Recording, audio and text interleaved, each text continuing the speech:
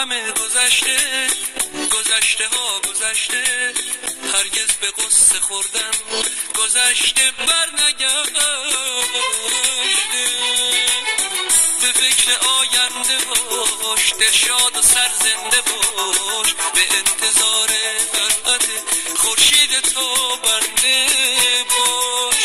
عمر کم صفا کن، رنج و غم و رها کن، اگه نباشه دریا به قدر اکتفا کن.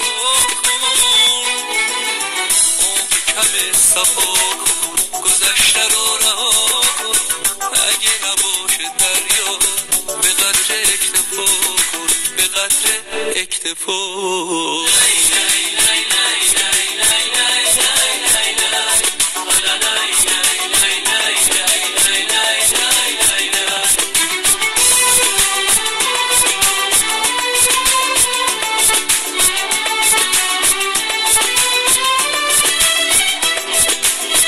قسمت تو همین بوده که بر سر گذشته، نکن گلای از فلک این کار سر نوشته.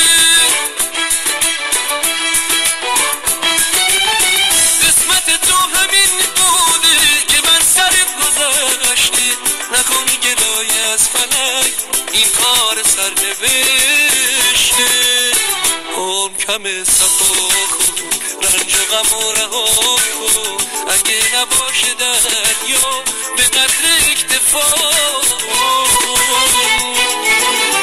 عمر کم صفا کن، گذشته رو رها کن، اگه نباشه دریا به قدر اکتفا کن، به قدر اکتفا کن. زندگی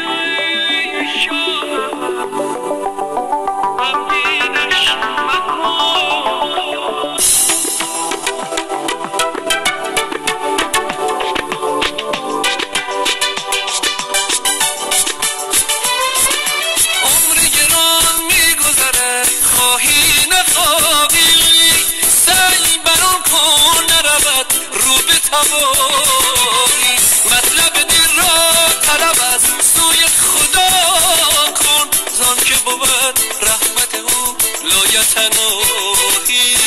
عمر کم صفا کن، رنج و غم و رها کن، اگه نباشه دریا به قدر اکتفا.